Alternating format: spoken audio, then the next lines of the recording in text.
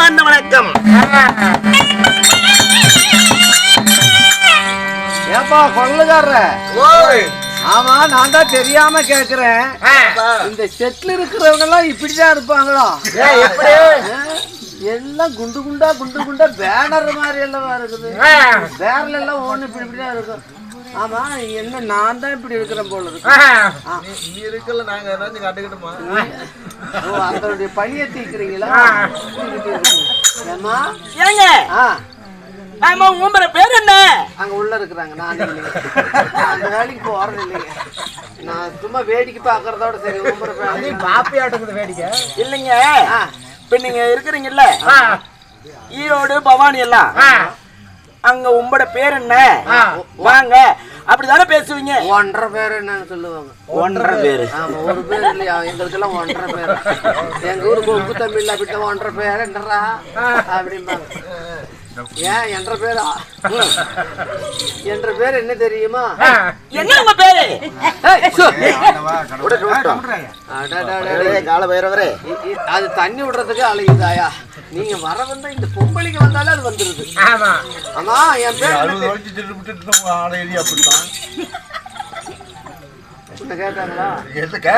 என்னமோ இவரு பாடு குடிக்கிற மாதிரி 75 வயசு ஆகுது இவருக்கு. என்ன போய் 60 வயசு. இன்னும் எனக்கு பாடு குடிக்கிறத மறக்கலாம். ஆமா, என் பேரு தொங்கர குஞ்ச. சந்திரமதியா? தொங்கர குஞ்ச. நீ அப்படியே கூப்பிடல, இல்ல இப்படி கூப்பிடு. ஏ கரண்டின்னு கூப்பிடு. இங்க அதெல்லாம் வேண்டாங்க. இன்னைக்கு நாடகம் எதற்காக அரங்கேற்றம், என்ன காரணத்துக்காக நாடகம் விட்டுருக்காங்க? பேரு கேட்டு சொல்றது இல்லையா? இன்னைக்கு பூசாரி இன்னைக்கு நாடகம் வச்சிருக்காங்க அவருடைய நினைவாக. இதுக்கு மேல பொறுமையை சொல்ல முடியாது. அதாவது என்னடா தேசவிளக்கு அம்மன் கோயில் புத்தாண்டை முன்னிட்டு இன்னும் அம்மன் கோயில் பூசாரி திரு ஜெயபால் அவர்கள் நினைவாக இன்னைக்கு நாடகம் விட்டுருக்காங்க. ஜெயபால் பூசாரி அவர்கள் வருஷம் தவறாம புத்தாண்டை முன்னிட்டு ஐயா உட்காராயா. இப்ப இடையில போனீங்கன்னா ஒன்ன பாம்பு படுத்துருக்கு வழியில. ஏரி வேலைக்கு இன்னைக்கு லீவு ஆயா? புது வருஷம் லீவு. சொல்லுங்க. ஏகப்பட்ட கஷ்டமா ஏரி வேலையில. ஐயோ சாமி, இங்க இருந்து தூக்கிட்டு போய் தலைக்கு தலகாணி இல்லாம படுத்து தூக்குறாங்களா, அவங்களுக்கு தான் தெரியும் அந்த கஷ்டம். எவ்வளவு கஷ்டம் தெரியுமா? ஆளுக்கு இவ்வளவு வெட்டினா போதும், அவங்க அவ்வளவுதான். ஆனா இருந்தாலும் ரொம்ப கஷ்டப்படும் நாட்டுக்கோசரம். கவர்மெண்ட் சம்பளம் உங்களுக்கு வேலை செஞ்சாலும் உண்டு, செய்யலாலும் உண்டு.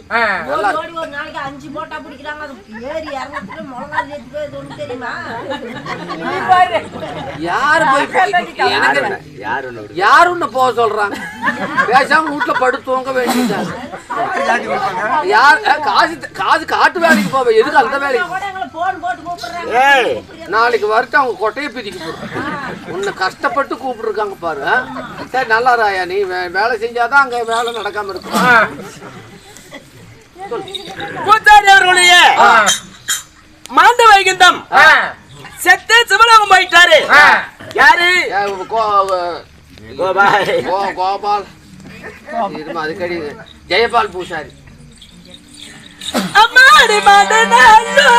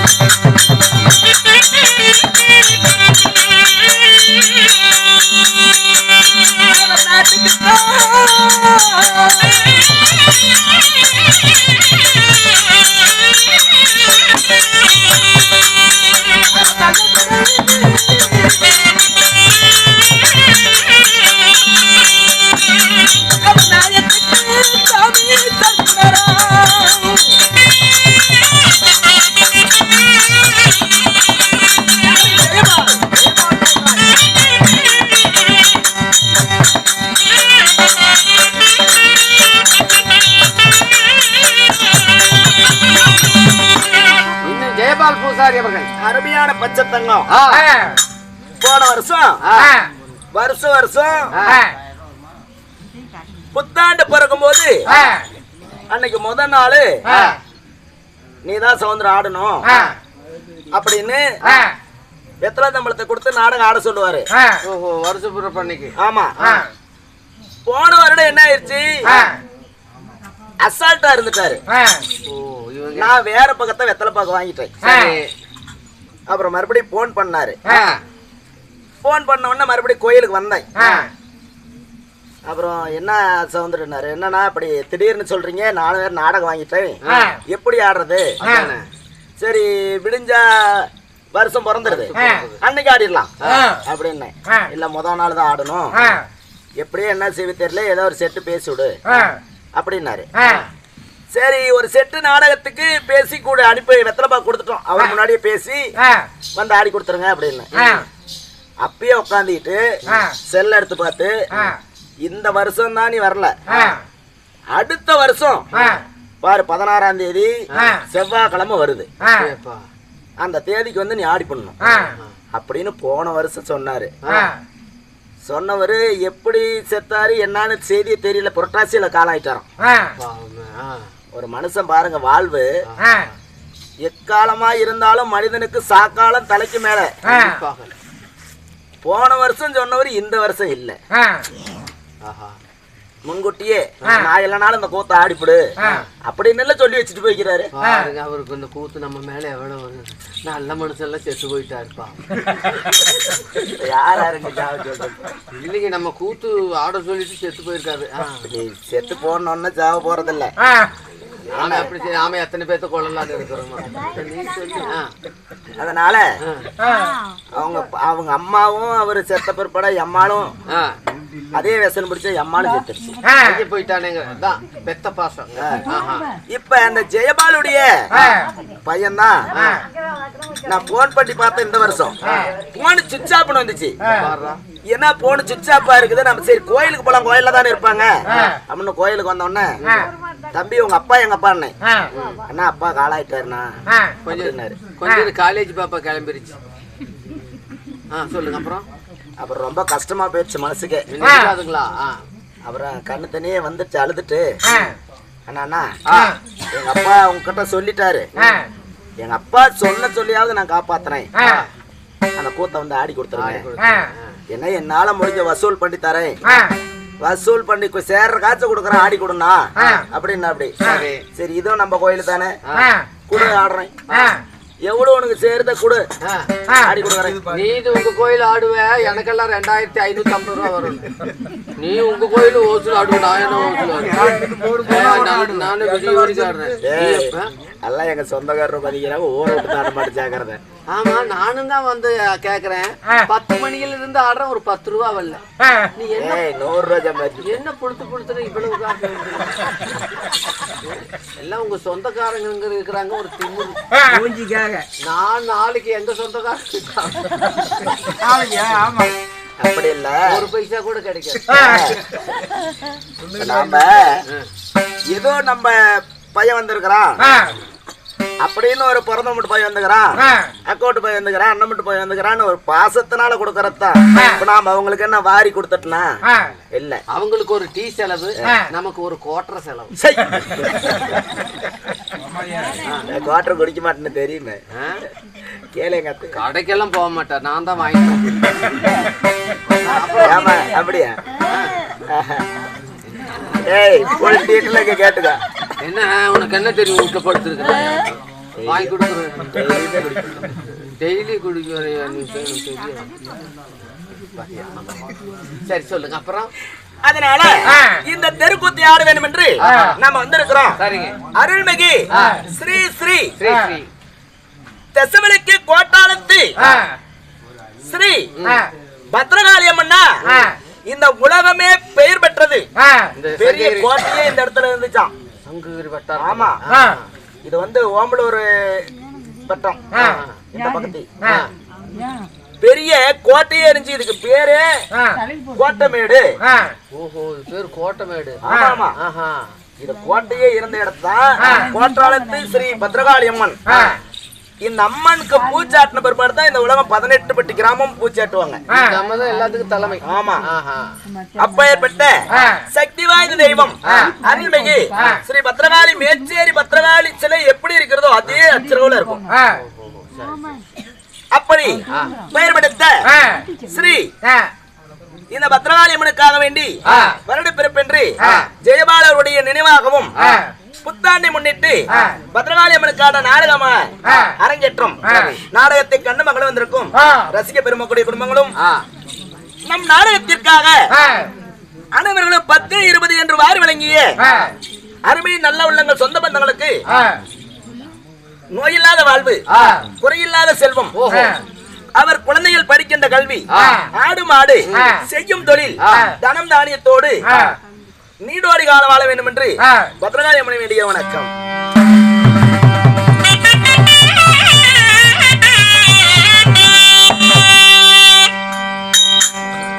அது மட்டுமல்ல, மதிப்பிற்கும் மரியாதைக்குரிய எங்க தாத்தா ஐயம்பெருமாள் கவுண்டருடைய நாடக சபாவுல ஒன்னா சேர்ந்து ஆடின உலகத்தில் பெயர் பெற்ற பொன்னமலத்தாமட்டு காட்டிலே வளர்ந்து வரக்கூடிய சேவி கவுண்டர். அப்படின்னா ஒரு சிறப்பான ஒரு மாபெரும் ஆண் வேஷ நடிகர், சின்ன வேஷத்துல பெயர் பெற்றவர். அப்பேற்பட்ட சேவி ஐயா அவருடைய மாண்டு வைகுந்தம், அவரும் மாண்டு மறைஞ்சிட்டாரு. அவர்களுக்கும் இன்னும் கர்நாடகாட்டை சேர்ந்த பொன்னுசாமி நாரத வேசக்காரரு, அவரே எங்க தாத்தாவோட சேர்ந்து நாடக ஆடினவரு. அவர்களும் இந்த கிராமத்தில் வசித்துக் கொண்டு வருகிறார். இன்னும் நம்ம தங்கவேல் அண்ணை எல்லாம் பேர் நிறைய சுத்தி சுத்தி நாடகக்காரர் இருக்கிறாங்க. அனைவர்களுக்கும் நம்முடைய முத்தான முதல் கண் வணக்கம்.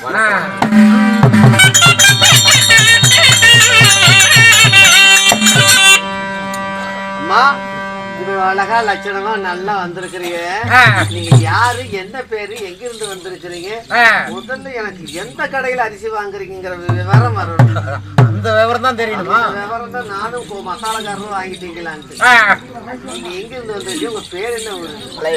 நம்ம பஸ் ஸ்டாண்டுக்கு இல்ல, தாரமங்கலம். ஆமா, அந்த கக்குசு. அந்த அதுல 5 ரூபா கொடுப்பாரு, எவ்வளவு வேணாலும் சாப்பிடலாம். ஏன்னா அப்படியா? போலாமா? ஆறு கூப்பிடுற இங்க நானும் ஒல்லியா இருக்கிறோம், போலாமா? நாம இப்படிதான் சாப்பிடணும். சரி, நீங்க யாரு? உனக்கு ஊருதான் இல்ல கொடையுது.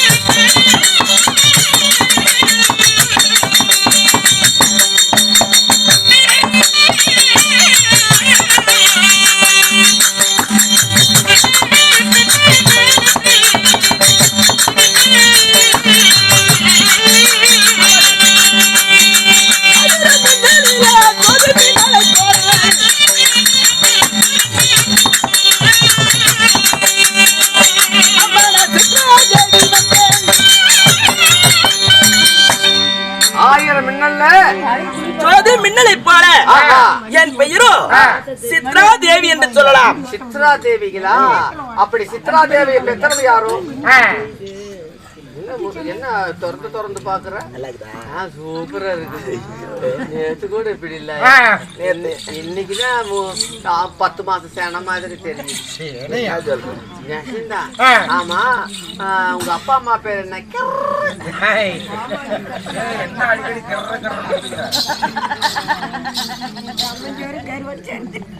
ஓய் பேசப்படுத்து உங்க விளக்கமாத்துல அடிக்கிறாங்க. இல்ல என்ன பெருமாள் கோயில் போய் சரியாகாது. என்ன எங்க அப்பா அம்மா பேர் என்னன்னு எனக்கு தெரியாது. ஓ, உங்க அப்பா பேர் எனக்கு தெரியும். ஐயன் பெருமாள் கவுண்டர் வாத்தியாருடைய பையன் தானே? பேர சரி, உங்க அப்பா பேர் எனக்கு தெரியாது. சொல்லு. ஆபீஸ்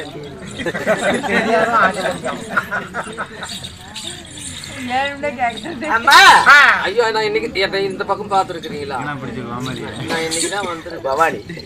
பவானி எங்க பிடிச்சாங்களா? என்ன குரங்க? நீ பரவாயில்ல சாமி, விடிய வரைக்கும் பார்த்துட்டு எங்க பிடிச்சது. ஆமா, உங்க அப்பா அம்மா பேர் சொல்லாய சொல்லாய. அம்மா பெற்றெடுத்த தந்தை யாரோ?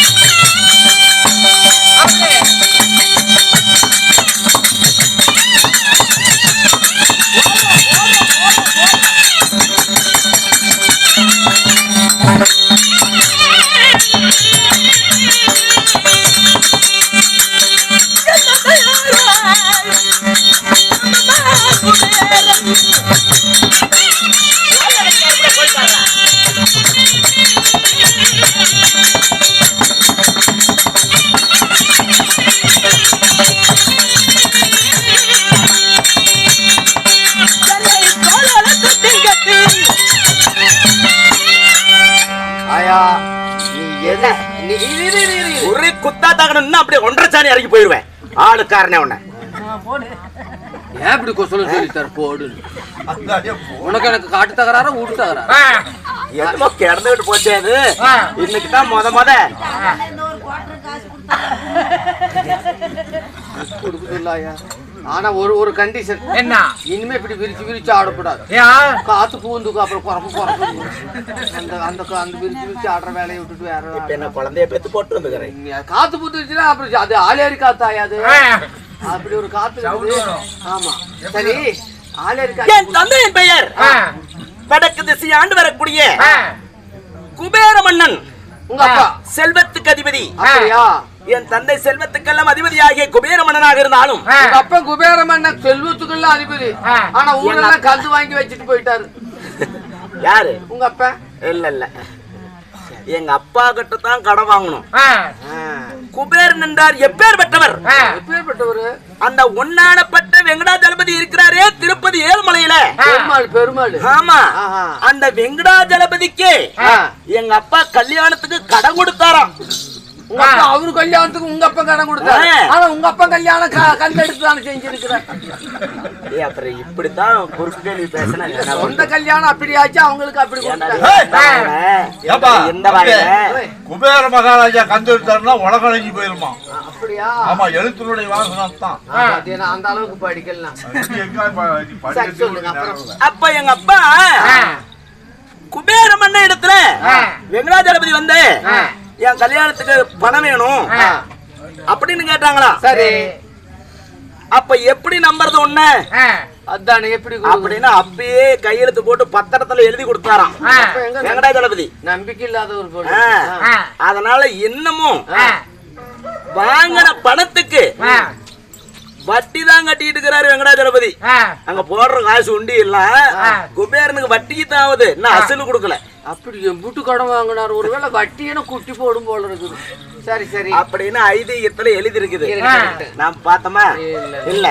அப்படி குபேர மன்னனுக்கும் கனகராணி அம்மா யாருக்கும் நாங்க எத்தனை பேர் பிறந்தோம்? எத்தனை பேரு? சித்திரா, விசித்ரா என்று 2 பெண் குழந்தை பிறந்தோம். 2 பிறந்தீங்க. அப்படி பிறந்து நாங்க யாரை திருமணம் செய்தோம்? உனக்கு கல்யாணம் ஆயிடுச்சா? ஆமாடி, 2 பேரும் ஒரே தனியா கட்டிக்கிட்டோம். நான் வர்றப்ப ஒரு சகனமாச்சு. என்ன? எங்க பக்கத்து வீட்டு பொட்ட நாய் முக்கி விட்ட போட்டது. சரி, இன்னைக்கு ஓதம் தள்ள போகுதுன்னா எல்லாம் இப்படிதான் இருக்குது. அப்படி யாரு உங்க 2 பேர்த்தையும் ஒருத்தரே செஞ்சது? ஒருத்தரே கல்யாணம் செஞ்சது. கேக்குற வார்த்தை சரியில்லை. என்ன கேக்குற வார்த்தை சரியில்லை. ஒரு வெட்டியா தாங்கணும் மாப்பிள. தப்பு தப்பா எடுத்தா அப்படியே வாயில வெளியே வந்து துப்பி போடுவேன். சரி சரி சரி சரி. யார கட்டிக்கிட்டாயா? அந்த ஆளு இருக்கானா? நான் வரமாட்டேன். ஐயோ சாமி, நான் இப்ப மினி பஸ் ஏரியாவது போயிடுறேன். அவன் யாரு? அந்த அவரு உங்க வீட்டுக்காரர், உங்க புரிஞ்ச பேர்? எப்பேர் பெற்றவர். அவர் எங்க இருக்கிறாரு? எங்க நக்கறாரு? நக்கறாராம் பாராயத்தான். எங்க இருக்கிறாரு? ஐயோ, எங்க விட்டுக்காது பொம்பளை போல இருக்குது. எங்க இருக்கிறாரு? அவர் எங்கே வாழ்ந்து வருகிறார்? அமராவதி பொன்னுலோகம் தெய்வலோகத்துக்கு அதிபதியாகிய அந்த தேவேந்திர மன்னன் இருக்கிறாரு. அந்த தேவேந்திர மன்னன் பெற்றெடுத்த என் கணவர் சித்திரசேனன். யாரு? அந்த மூட்டை பருத்தவளா? அதேதான். அந்த சித்திரசேனன் தான் உங்க புருஷனா? அப்படி சித்திரசேன மன்னனை நாங்க சித்ரா விசித்ரா அக்கா தங்கை இருவரும் ஆயிட்டு, அம்மா இந்த உலகத்திலே எங்களுக்கு எந்த குறையுமே இல்லை. பார்த்தாலே தெரியுது இல்ல குறை இருக்கிற. அப்படி அமராவதி பொன்னுலோகத்துல நாங்க அக்கா தங்கை இருவரும் ஒருவருமே திருமணம் செய்து ஒருவருக்கொருவர் மனவிட்டு சந்தோஷமா நீ எனக்கு போய் நான் உனது பாக்குறேன் அப்படின்ட்டு மனசு விட்டு மனவிட்டு நீ அவருக்கு பாடு கொடுக்க, அவரு உனக்கு பழம் கொடுக்க சந்தோஷத்துல நாங்க வாழ்ந்து வருகிறோம். சரிங்க. இப்ப கல்யாணமே இப்பதாண்டி பக்கமா தான் ஆச்சு. எவ்வளவு நாள் ஆகுது? ஐயோ, தொப்புளு கீழே புறுப்புறுங்குது எனக்கு கூட. போரா கடிச்சிருக்கு போய் டாக்டர் பாடுறா. ஏத்தி குத்தியாரு பெத்த பையனை இங்கிலீஷ் பொம்பளையா இருக்கிற. எப்ப கல்யாணம் ஆச்சு? என்ன ஆச்சு? முதல் இரவெல்லாம் நடந்ததா? பாவமே, எங்க போனானோ என்ன ஆனானோ? ஏன் அழுகுற? என் தங்கச்சி விடுறதே இல்லை. அது எங்கேயோ அறுபடுத்த முண்டை போல இருக்குது. என் வீட்டுக்கு வந்தா போதும். என்னங்க இங்க வாங்க பால் சாப்பிடுவேன். இது பால் கொடுக்கும். அவரு என்ன செய்வாரு? பழத்தை கொடுப்பாரா? நல்லா தின்பாங்க போல இருக்குது. இருக்கு. சரி சரி சரி. இப்படியே என் தங்கச்சிக்கு என்னைக்கு பார்த்தாலும் எங்க வீட்டுக்காரர் என் தங்கச்சி கிட்டே தான் இருக்கிறது. ஏன் நீ பால் குடிக்க மாட்டியா? இது எங்க வத்தக்காரவ போல இருக்கு. வந்தா தாண்டா குடுக்கறதுக்கு ஆளுக்காரா? ரத்தம் பால் வராது, வெறும் ரத்தம் தான் வருது. சரி சரி, அப்படி இருக்கிறீங்களா? ஐயோ ஐயம்மா, என்ன ரோடு ரோலர் என்ன மாதிரி இருக்குது காலு.